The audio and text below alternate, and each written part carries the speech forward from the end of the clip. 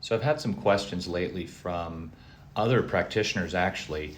A lot of people are recognizing that POTS is definitely everywhere. A lot of people have it. I would consider anything that starts to have symptoms as a form of dysautonomia, assuming that heart rate regulation, blood pressure regulation, those things start to kind of falter a little bit, right? They're designed to move and adapt, but when they're not adapting to the pressures at hand or the demand that we need them to, I would consider that dysautonomia. That's how my mind works. And so when we work with patients, right, the more severe, typically the more complex the case, right? Typically the more severe patients we see, there's a little bit more psychology involved. People are often they tend to struggle thinking that there's something external is going to fix them, right? So they go from doctor to doctor to doctor. A lot of people go from 10 to 20 doctors by the time they get to our office, and they're saying everything is normal in every one of their scans, right? And so their scans, their lab work, all the tests they've done, everything is normal with the exception of maybe a tilt table test. Like MRI is normal, labs are normal, there's nothing wrong with their immune system, like everything is normal for all intents and purposes, right?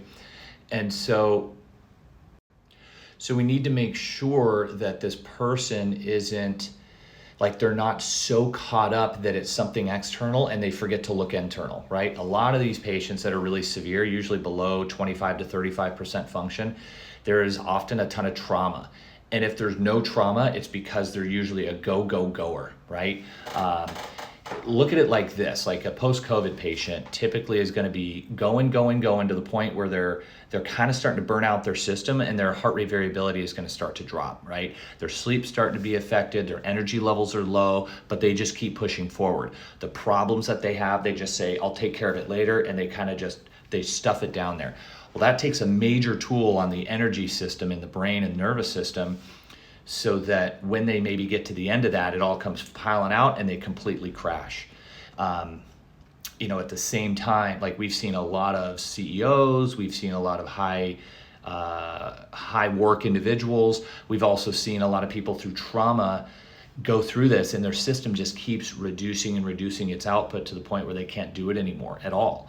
And so there's definitely a component where we have to refer and have you work through different psychological components, maybe even do procedures to get that autonomic nervous system to calm down. If you think you might need some help, or you think we might be able to help you, reach out to our office at Desert Brain and Spine. Comment reset below for some free stuff, and we'll shoot that right to your inbox, okay? We'll talk to you later.